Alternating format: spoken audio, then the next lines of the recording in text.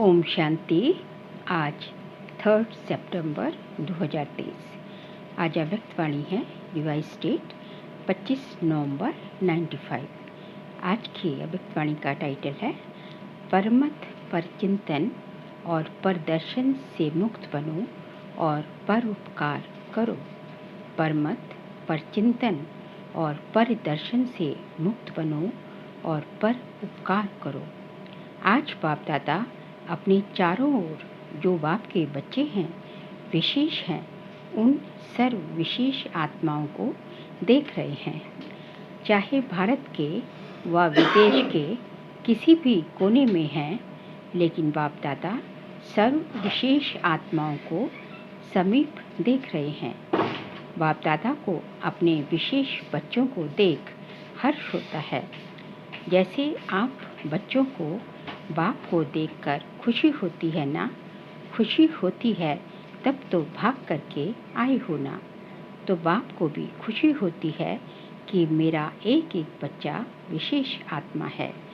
चाहे बुजुर्ग है, अनपढ़ है, छोटे बच्चे हैं, युवा है, प्रवृत्ति वाले हैं, लेकिन सारे विश्व के आगे विशेष हैं। चाहे कितनी भी बड़े बड़े वैज्ञानिक चमत्कार दिखाने वाले भी हैं, चंद्रमा तक पहुंचने वाले भी हैं, लेकिन बाप के विशेष बच्चों के आगे वो भी अनजान हैं। पांचों ही तत्वों को जान लिया, उन्हों पर विजय भी प्राप्त कर ली, लेकिन छोटी सी बिंदु आत्मा को नहीं जाना। यहाँ छोटे बच्चों से भी पूछेंगे तुम कौन हो, तो क्या कहेगा? आत्मा हूँ कहेगा ना। आत्मा कहाँ रहती है वो भी बताएगा। और वैज्ञानिक से पूछो आत्मा क्या है, आत्मा के ज्ञान को अभी तक जान नहीं सके। तो कितने भी बड़े हिस्ट्री के हिसाब से, इस दुनिया के हिसाब से विशेष हो, लेकिन जिसने अपने को नहीं जाना, उससे तो यहाँ का 5 वर्ष वाला बच्चा विशेष हो गया। आप लोगों का शुरू का बहुत फलक का गीत है, याद है कौन सा गीत है? एक गीत था, कितना भी बड़ा सेठ स्वामी हो, लेकिन अलफ को नहीं जाना। तो कितने भी बड़े हो, चाहे नेता हो, चाहे अभिनेता हो, लेकिन अपने आप को नहीं जाना, तो क्या जाना? तो ऐसी विशेष आत्माएं हो।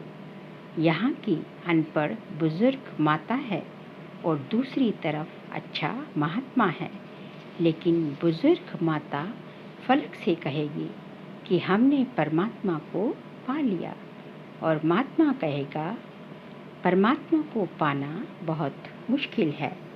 लेकिन यहाँ 100 वर्ष के आयु वाली भी निश्चय बुद्धि होगी, तो वो क्या कहेगी? तुम ढूंढते रहो, हमने तो पा लिया। तो महात्मा भी आपके आगे क्या है? प्रवृत्ति वाले फलक से कहेंगे कि हम डबल पलंग पर सोते, इकट्ठे रहते भी पवित्र हैं, क्योंकि हमारे बीच में बाप है। और महात्माएं क्या कहेंगे? कहेंगे आग कपूस इकट्ठा रहना ये तो असंभव लगता है। और आपके लिए क्या है? प्रवृत्ति वाले बताओ, पवित्र रहना मुश्किल है या सहज है? सहज है या कभी कभी मुश्किल हो जाता है। जो पक्के हैं वो तो बड़ी सभा हो या कुछ भी हो, फलक से कह सकते हैं कि पवित्रता तो हमारा स्वधर्म है, पर धर्म नहीं है, स्वधर्म है। तो स्व सहज होता है पर मुश्किल होता है। अपवित्रता पर धर्म है, लेकिन पवित्रता स्वधर्म है। तो ऐसे अपनी विशेषता को जानती हो ना, क्योंकि नए नए भी बहुत आए हैं ना। लेकिन कितने भी नए हैं, पवित्रता का पाठ तो पक्का है ना। कई बच्चे ऐसा भी कहते हैं, जब तक बाप से मिलने का 1 साल पूरा नहीं होता, सबको पता है कि ये नियम पक्का है, तो मधुबन में आने तक तो ठीक रहते हैं, लेकिन देख लिया पहुंच गए तो कई वापस जाकर अलबेले भी हो जाते हैं। लेकिन सोचो कि पवित्रता की प्रतिज्ञा किसने की? बाप से की ना, बाप का फरमान है ना। तो बाप से प्रतिज्ञा कर और फिर अगर अलबेले होते हैं तो नुकसान किसका होगा? ब्राह्मण परिवार में तो 1 जाते 10 आते हैं, लेकिन नुकसान कमज़ोर होने का उन आत्माओं को होता है।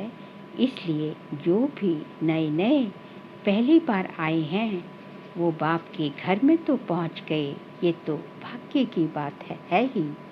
लेकिन तकदीर की लकीर को कभी भी कम नहीं करना, तकदीर को बड़ा करना। देखो, कोई भी बच्चा लौकिक में भी पैदा होता है तो सभी क्या कहते हैं? सदा जिंदा रहे, बड़ी आयु रहे। तो बाप दादा भी विशेष आत्माओं की अविनाशी विशेषता देखना चाहते हैं। थोड़े टाइम की नहीं, 1 साल चले 2 साल चले, ये नहीं, अविनाशी रहने वाले को ही अविनाशी प्रारब्ध प्राप्त होती है।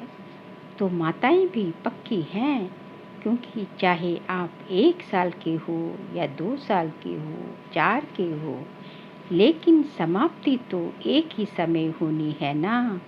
विनाश तो इकट्ठा ही होगा ना। कि आप कहेंगे कि हम तो 2 साल के हैं, हमारी सिल्वर जुबली हो जाए, पीछे विनाश होए, ये तो नहीं होगा ना। इसलिए पीछे आने वाले को और आगे जाना है। थोड़े समय में बहुत कमाई कर सकते हो, फिर भी आप लोगों को पुरुषार्थ का समय मिला है। आगे चल कर के तो इतना समय भी नहीं मिलेगा। सुनाया था ना कि अभी लेट का बोर्ड तो लग गया है, लेकिन टू लेट का नहीं लगा है। तो आप सभी लकी हो।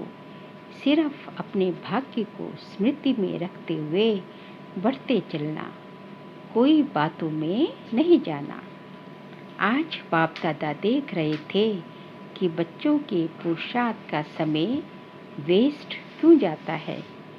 चाहता कोई नहीं है, सब चाहते हैं कि हमारा समय सफल हो, लेकिन बीच बीच में कहाँ आधा घंटा, कहाँ 15 मिनट, कहाँ 5 मिनट वेस्ट चला जाता है। तो उसका कारण क्या?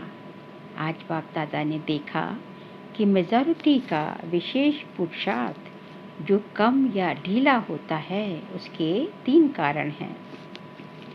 पहला, चलते चलते श्रीमत के साथ साथ आत्माओं की परमत मिक्स कर देते हैं। कोई ने कोई बात सुना दी और आप समझते हो कि सुनाने वाला तो अच्छा सच्चा महारथी है और आपका उस पर फेथ भी है। जब ऐसी कोई आत्मा आपको कोई ऐसी बातें सुनाती है जिसमें इंटरेस्ट भी आता है, समाचार तो अच्छा है, जैसे संसार समाचार अच्छा लगता है ना, तो ब्राह्मण संसार समाचार भी अच्छा लगता है।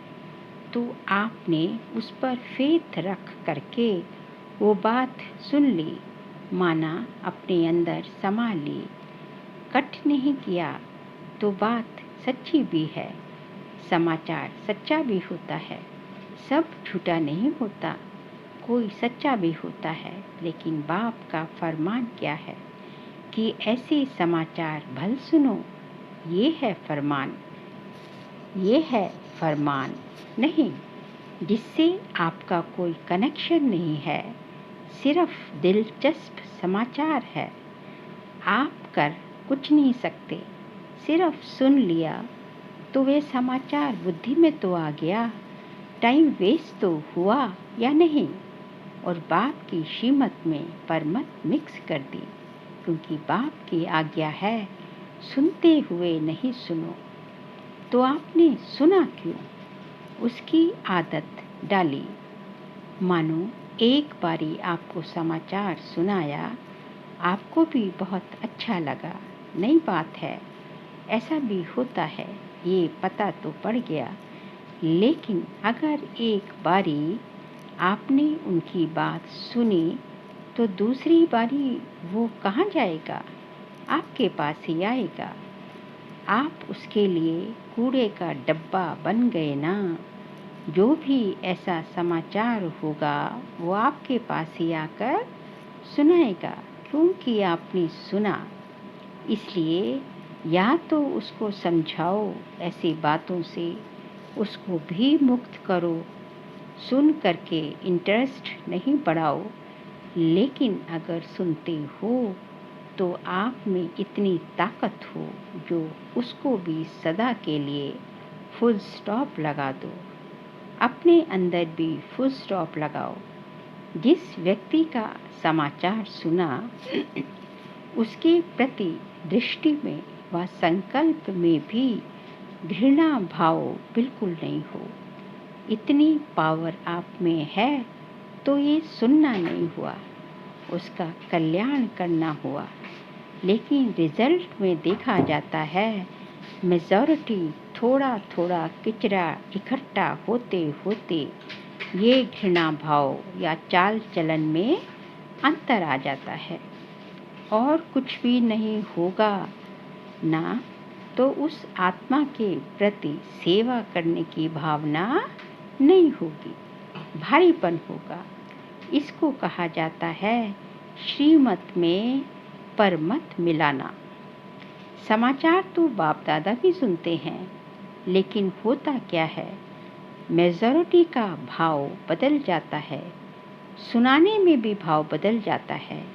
एक आकर कहता है मैंने देखा कि ये दो बात कर रहे थे, और एक का सुना हुआ दूसरा फिर कहते हैं नहीं नहीं खड़े भी थे और बहुत अच्छी तरह से नहीं खड़े थे।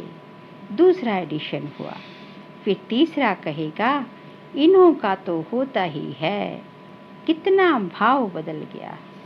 उन्हों की भावना क्या और बातों में भाव कितना बदल जाता है।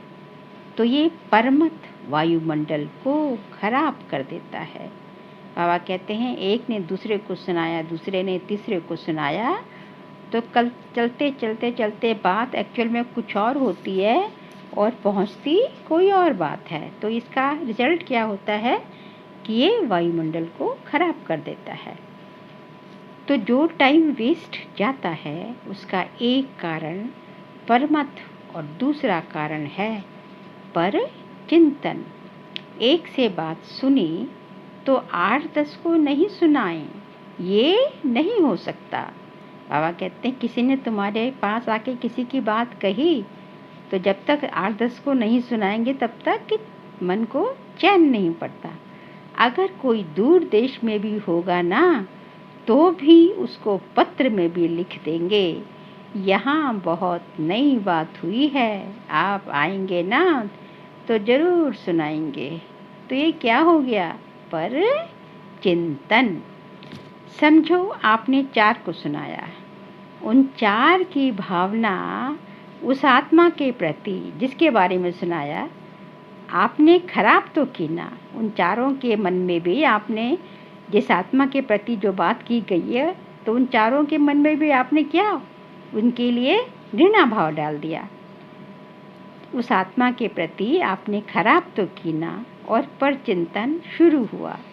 तो इसकी गति बड़ी फास्ट और लंबी होती है। पर चिंतन की गति बहुत फास्ट और लंबी होती है। बाबा कहते हैं पर चिंतन 1-2 सेकंड में पूरा नहीं होता। जैसे बाप दादा सुनाते हैं कि जब किसको भी ज्ञान सुनाओ तो इंटरेस्ट दिलाने के लिए उसको कहानी के रीति से सुनाओ। पहले ये हुआ, फिर क्या हुआ, फिर क्या हुआ, फिर क्या हुआ, तो इंटरेस्ट बढ़ता है ना। ऐसे जो परिचिंतन होता है वो भी एक इंटरेस्टेड होता है। परिचिंतन बाबा कहते कहानी के रूप में होता है ना, तो बड़ा इंटरेस्टेड होता है। उसमें दूसरा जरूर सोचेगा फिर क्या हुआ, फिर ऐसे हुआ, फिर वैसे हुआ, हाँ ऐसे हुआ होगा। तो ये भी कहानी बड़ी लंबी है। बाप दादा तो सबके दिल की बात सुनते भी हैं, देखते भी हैं। कोई कितना भी छिपाने की कोशिश करे, सिर्फ बाप दादा कहाँ कहाँ लोक संग्रह के अर्थ खुला इशारा नहीं देते। बाकी जानते सब हैं, देखते सब हैं। कोई कितना भी कहे कि नहीं मैं तो कभी नहीं करता, पर बाप दादा के पास क्या है? भगवान के पास रजिस्टर है। कितनी बार किया, क्या क्या किया, किस समय किया, कितनों से किया, ये सब भगवान के पास रजिस्टर में सब कुछ वर्णन है। सिर्फ कहाँ कहाँ चुप रहना पड़ता है। किसको? बाप दादा को, भगवान को कहीं कहीं चुप रहना पड़ता है। तो दूसरी बात सुनाई पर चिंतन, उसका स्वचिंतन कभी नहीं चलेगा। जो पर चिंतन की आदत लग जाए ना, तो स्वचिंतन नहीं चलता। अपने बारे में, आत्मा के बारे में वो चिंतन चलता ही नहीं उसका।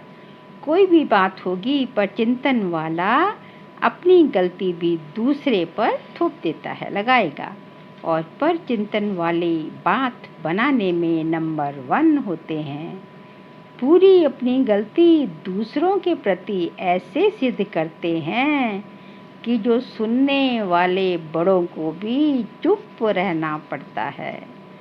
जो स्वचिंतन, स्वचिंतन इसको नहीं कहा जाता है कि सिर्फ ज्ञान की पॉइंट्स रिपीट कर दी या ज्ञान की पॉइंट्स सुन ली, सुना दी। सिर्फ यही स्वचिंतन नहीं है, लेकिन स्वचिंतन अर्थात अपनी सूक्ष्म कमजोरियों को, अपनी छोटी छोटी गलतियों को चिंतन करके मिटाना, परिवर्तन करना, इसे भी स्वचिंतन कहा जाता है। बाकी ज्ञान सुनना और सुनाना, उसमें तो सभी क्या हो, होशियार हो। वो ज्ञान का चिंतन है, मनन है। लेकिन स्वचिंतन का महीन अर्थ अपने प्रति है, क्योंकि जब रिजल्ट निकलेगी तो रिजल्ट में ये नहीं देखा जाएगा कि इसने ज्ञान का मनन अच्छा किया या सेवा में ज्ञान को अच्छा यूज़ किया। इस रिजल्ट के पहले स्वचिंतन और परिवर्तन। स्वचिंतन करने का अर्थ ही है कि परिवर्तन करना, अपने आप को परिवर्तन करना। दूसरों को बाद में, दूसरे तो आपको देख के परिवर्तन हो जाएंगे, लेकिन पहले आपको खुद को परिवर्तन करना है। तो जब फाइनल रिजल्ट होगी, उसमें पहली मार्क्स प्रैक्टिकल धारणा स्वरूप को मिलेगी। कितना आपका आचार व्यवहार में ज्ञान चलता है। जो धारणा स्वरूप होगा वह नेचुरल योगी तो होगा ही। अगर मार्क्स ज़्यादा लेनी है तो पहले जो दूसरों को सुनाते हो ना, आजकल वैल्यूज़ पर जो भाषण करते हो, उसकी पहले स्वयं में चेकिंग करो। क्योंकि सेवा की 1 मार्क तो धारणा स्वरूप की 10 मार्क्स होती है। सेवा में यदि उसको 1 मार्क मिलेगा, तो धारणा यदि अपने अंदर की है तो उसके सेम के 10 मार्क्स वो खुद को मिलेंगे। क्योंकि सेवा तो दूसरों के प्रति कर रहे हो ना, धारणा तो स्व के प्रति होगी। तो बाबा का कहने का मतलब यही है कि जो पहले दूसरों को ज्ञान देते हो ना, दूसरों को सुनाते हो, पहले अपने आचार व्यवहार में लाओ। पहले ये देखो कि ज्ञान आप में कितना चलता है, आपके अंदर जो है कितना ज्ञान चलता है। अगर आप ज्ञान नहीं दे सकते हो, लेकिन अपनी धारणा से प्रभाव डालते हो, तो आपकी सेवा की मार्क्स जमा हो गई ना। ज्ञान मुख नहीं चल रहा, लेकिन आपकी जो है पर्सनालिटी, आपकी जो है आपके नैन चैन सब जो है, आपकी सूरत सीरत सब ज्ञान को रिफ्लेक्ट कर रही है, रूहानियत को रिफ्लेक्ट कर रही है। तो बाबा कहते हैं आपके सेवा के मार्क्स ऑटोमेटिकली जमा हो जाएगी। आजकल कई समझते हैं कि हमको सेवा का चांस बहुत कम मिलता है, हमको चांस मिलना चाहिए, दूसरे को मिलता है, मेरे को क्यों नहीं। सेवा करना बहुत अच्छा है, क्योंकि अगर बुद्धि फ्री रहती है तो व्यर्थ बहुत चलता है। इसलिए सेवा में बुद्धि बिजी रहे, ये साधन अच्छा है। सेवा का उमंग तो अच्छा ही है, लेकिन ड्रामा अनुसार या सर्कमस्टांस अनुसार मानो आपको चांस नहीं मिला, किसका? सेवा का, और आपकी अवस्था दूसरों की सेवा करने की बजाय अपनी भी गिरावट में आ जाए, या वो सेवा आपको हलचल में लाए, तो वो सेवा क्या हुई? उस सेवा का प्रत्यक्ष फल क्या मिलेगा? बाबा कहते हैं यदि किसी सेवा से जो है आपकी हलचल में स्थिति आ गई और जो है आप जो है स्थिति डामाडोल हो रही है, तो उससे तो सेवा ना करना ही अच्छा, क्योंकि उसका कुछ जमा नहीं होगा। सच्ची सेवा, प्यार से सेवा, सभी की दुआओं से सेवा। कैसी सेवा होनी चाहिए? निस्वार्थ सेवा। उसका प्रत्यक्ष फल क्या होता है? खुशी होती है। और अगर सेवा में फीलिंग आ गई, मतलब इसको ये क्यों मिला, मुझे क्यों नहीं मिला, कंपैरिजन आ गया, तो यहाँ ब्राह्मण फीलिंग को क्या कहते हैं? फ्लू वाला क्या करता है? सो जाता है, खाना नहीं खाएगा, सो जाएगा। फीलिंग फ्लू हो गया तो फ्लू वाले को तो क्या होगा? उसको तो सब टेस्ट चला जाता है ना, खाना पीना सब बंद, सो जाएगा। यहाँ भी फीलिंग आती है तो ये या खाना छोड़ेगा या रूठ करके बैठ जाएगा। भगवान से ये रूठ जाते हैं तो ये फ्लू हुआ ना। अगर आप धारणा स्वरूप हो, सच्चे सेवाधारी हो, स्वार्थी सेवा नहीं, निस्वार्थ सेवा। एक होती है कल्याण की भावना की सेवा और दूसरी होती है स्वार्थ से सेवा। मेरा नाम आ जाएगा, मेरा अखबार में फोटो आ जाएगा, मेरा टीवी में आ जाएगा, मेरा ब्राह्मणों में नाम हो जाएगा, ब्राह्मणी बहुत आगे रखेगी, पूछेगी, ये सब क्या है? ये सब भाव स्वार्थ सेवा के हैं। क्योंकि आजकल के हिसाब से, प्रत्यक्षता के हिसाब से अभी सेवा आपके पास आएगी। शुरू में स्थापना की बात दूसरी थी, लेकिन अभी आप सेवा के पिछाड़ी नहीं जाएंगे, आपके पास सेवा खुद चल कर आएगी। तो जो सच्चा सेवाधारी है, उस सेवाधारी को चलो, और कोई सेवा नहीं मिली, लेकिन बाप दादा कहते हैं अपने चेहरे से, अपने चलन से सेवा करो। आपका चेहरा बाप का साक्षात्कार कराए, आपका चेहरा, आपकी चलन बाप की याद दिलाए। ये सेवा नंबर 1 है। बाबा कहते हैं यदि आप कैपेबल हो, यदि आप जो है इतने जो है आपका पुरुषार्थ इतना तीव्र है और आप जो है निस्वार्थ सेवा कर रहे हो, तो जो है सेवा देने की बात ही नहीं, सेवा खुद चलकर आपके पास आएगी। क्योंकि और कुछ नहीं है तो मनसा सेवा, आपके नैन चैन, आपकी पर्सनालिटी, सब कुछ जो है वो रिफ्लेक्ट करेगा कि आपकी मन की स्थिति क्या है। बाबा कहते हैं ये सेवा नंबर 1 है।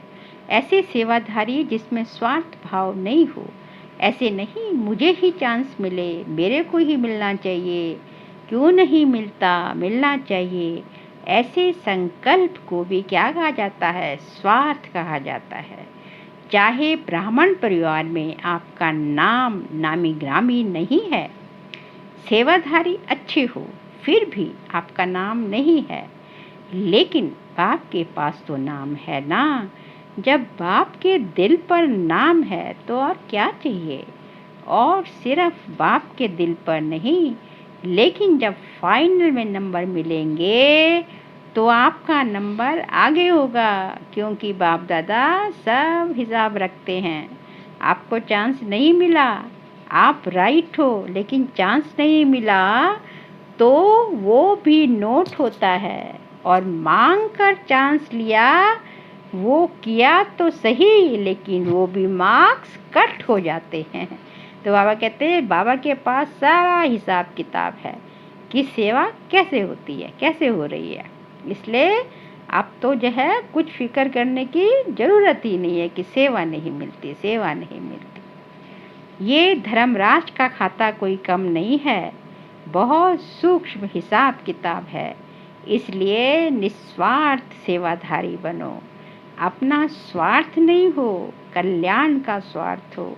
यदि आपको चांस है और दूसरा समझता है कि हमको भी मिले तो बहुत अच्छा और योग्य भी है, तो अगर मानो आप अपना चांस उसको देते हो तो भी आपका शेयर उसमें जमा हो जाता है। ये जो है सबसे बड़ी बात है कि आप दूसरे को जो है आपका अपना देते हो चांस सेवा का, और आप कैपेबल हो और तभी भी आपने दूसरे को दे दिया तो उसमें आपका शेयर सेवा वाला जमा हो जाएगा आपके खाते में।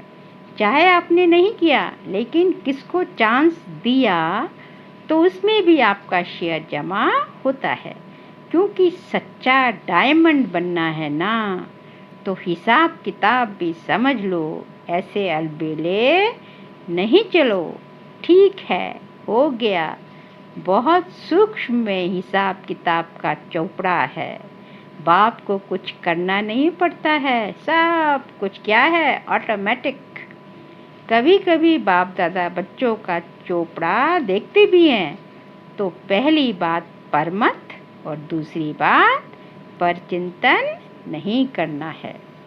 तीसरी बात है प्रदर्शन। दूसरे को देखने में मेजॉरिटी बहुत होशियार है, अपने को नहीं देखते, दूसरे पर नजर आती है। प्रदर्शन जो देखने में, तो जो देखेंगे तो देखने के बाद वह बात कहाँ जाएगी। दूसरे को देखोगे तो जो भी देखा, अच्छा बुरा गुण अवगुण जो दूसरे के देखे, तो वो आपकी बुद्धि में ही जाएगी ना। वह बात कहाँ जाएगी, बुद्धि में ही तो जाएगी, आपकी बुद्धि में जाएगी। और जो दूसरे को देखने में समय लगाएगा, उसका अपने को देखने का समय कहाँ मिलेगा, क्योंकि समय तो बिल्कुल फिक्स ही है ना। दूसरे को देखते रहोगे तो अपने को देखने का तो समय ही नहीं मिला। बातें तो बहुत होती है ना, और जो बातें होती हैं वह देखने में भी आती हैं, सुनने में भी आती हैं। जितना बड़ा संगठन उतनी बड़ी बातें होती हैं। ये बातें क्या होती हैं, कई सोचते हैं बातें क्यों होती हैं, कई सोचते हैं ये बातें होनी नहीं चाहिए, नहीं होनी चाहिए, वो ठीक है। लेकिन जिसके लिए आप समझ रहे हो नहीं, जिसके लिए आप समझ रहे हो नहीं होनी चाहिए, उसमें समय क्यों दिया। जब आप खुद समझते हो कि ये बात नहीं होनी चाहिए, तो आप उसमें इंटरेस्ट लेते क्यों हो। और ये बातें ही तो पेपर हैं, यही तो पेपर हैं आपके माया के रूप में, यही तो पेपर आते हैं। जितनी बड़ी पढ़ाई उतने बड़े पेपर। ये वायुमंडल बनना, ये सबके लिए पेपर भी है कि परमत या परदर्शन या परचिंतन में कहाँ तक अपने को सेफ रखते हो, कहाँ तक तीनों चीज़ों में परमत परदर्शन परचिंतन से अपने आप को मुक्त रखते हो। दो बातें अलग हैं। एक है जिम्मेवारी, जिसके कारण सुनना भी पड़ता है, देखना भी पड़ता है। तो उसमें कल्याण की भावना से सुनना और देखना, किसमें, जो आपकी रिस्पॉन्सिबिलिटी है, जिम्मेवारी है। जिम्मेवारी है, कल्याण की भावना है, तो ठीक है। लेकिन अपनी अवस्था को हलचल में लाकर देखना, सुनना या सोचना, ये रॉन्ग है। अगर आप अपने को जिम्मेवार समझते हो तो जिम्मेवारी के पहले अपनी ब्रेक को पावरफुल बनाओ। जैसे पहाड़ी पर चढ़ते हैं तो पहले से ही सूचना देते हैं कि अपनी ब्रेक को ठीक चेक करो। तो जिम्मेवारी भी एक ऊंची स्थिति है। आप जिम्मेवारी निभा रहे हो, तो उसके लिए आपको प्रदर्शन परचिंतन परमत सब करना पड़ेगा। पर उससे पहले क्या करना है, अपनी ब्रेक, आपके अंदर जो ब्रेक है, आपकी अपने थॉट्स को स्टॉप करने की जो शक्ति है, वो अपनी चेक करनी है कि मेरी ब्रेक लगती भी है, मुझे ब्रेक कहीं ऐसा तो नहीं है ब्रेक लगा रहा हूँ अभी और लग रही है 10 मिनट बाद या 1 घंटे बाद, तब तक क्या तो कुछ हो जाएगा, एक्सीडेंट हो जाएगा। तो इसलिए अपनी ब्रेक को चेक करना होता है। जिम्मेवारी भी एक ऊंची स्थिति है, जिम्मेवारी भल उठाओ, लेकिन पहले ये चेक करो कि सेकंड में बिंदी लगती है, फुल स्टॉप लगता है, कि लगाते हो बिंदी और लग जाता है क्वेश्चन मार्क, वो रॉन्ग है। उसमें समय और एनर्जी वेस्ट जाती है। इसलिए पहले अपना ब्रेक पावरफुल करो। चलो देखा सुना, जहाँ तक हो सका कल्याण किया और फुल स्टॉप। अगर ऐसी स्थिति है तो जिम्मेवारी लो, नहीं तो देखते नहीं देखो, सुनते नहीं सुनो। स्वचिंतन में रहो, फायदा इसमें है। तो आज का पाठ क्या हुआ? परमत, परचिंतन और परदर्शन। इन तीनों बातों से मुक्त बनो और एक बात धारण करो। कौन सी बात है वो? वो है कि पर उपकारी बनो, परोपकारी बनो, दूसरों का उपकार करो। 3 प्रकार की पर को, परचिंतन, परदर्शन और परमत, 3 प्रकार के पर को करो खत्म और एक पर को एक्सेप्ट करो, परोपकार। परोपकार 3 प्रकार की पर को खत्म करो, एक पर परोपकारी बनो। बनना आएगा ना तो किन बातों से मुक्त बनेंगे? माताएं क्या करेंगी? बच्चों के उपकारी या परोपकारी? सर्व उपकारी सहज है या कठिन है? अच्छा, चारों तरफ के सर्व विश्व के विशेष आत्माओं को सदा स्वचिंतन, ज्ञान चिंतन करने वाली श्रेष्ठ आत्माओं को, सदा बाप के श्रेष्ठ मत पर हर संकल्प, बोल और कर्म करने वाली सभी आत्माओं को, चारों ओर के डायमंड जुबली के लिए स्वयं को और सेवा को आगे बढ़ाने वाली ऐसी विशेष आत्माओं को बाप दादा का याद प्यार और नमस्ते। हम सभी रूहानी बच्चों की रूहानी बाप दादा को नमस्ते नमस्ते नमस्ते। फिर आज का बाबा का वरदान है, महावीर बन संजीवनी बूटी द्वारा मूर्छित को सुरजीत करने वाले शक्तिवान भव। महावीर बन संजीवनी बूटी द्वारा मूर्छित को सुरजीत करने वाले शक्तिवान भव। जैसे सूर्य स्वयं शक्तिशाली है तो चारों ओर अपनी शक्ति से प्रकाश फैलाता है, ऐसे शक्तिवान बन अनेकों को संजीवनी बूटी देकर मूर्छित को सुरजीत बनाने की सेवा करते रहो, तब कहेंगे महावीर। सदा स्मृति में रखो कि हमें विजयी रहना है और सबको विजयी बनाना है। विजयी बनने का साधन है बिजी रहना। स्व कल्याण अथवा विश्व कल्याण के कार्य में बिजी रहो तो विघ्न विनाशक वायुमंडल बनता जाएगा। स्लोगन है, दिल सदा एक दिलाराम में लगी रहे, यही सच्ची तपस्या है। दिल सदा एक दिलाराम में लगी रहे, यही सच्ची तपस्या है। बाबा कहते हैं कि सच्ची सच्ची तपस्या क्या है? सच्ची सच्ची तपस्या है बस एक बाबा, दूजा ना कोई। बस सर्व संबंध बाबा ही आपका संसार हो।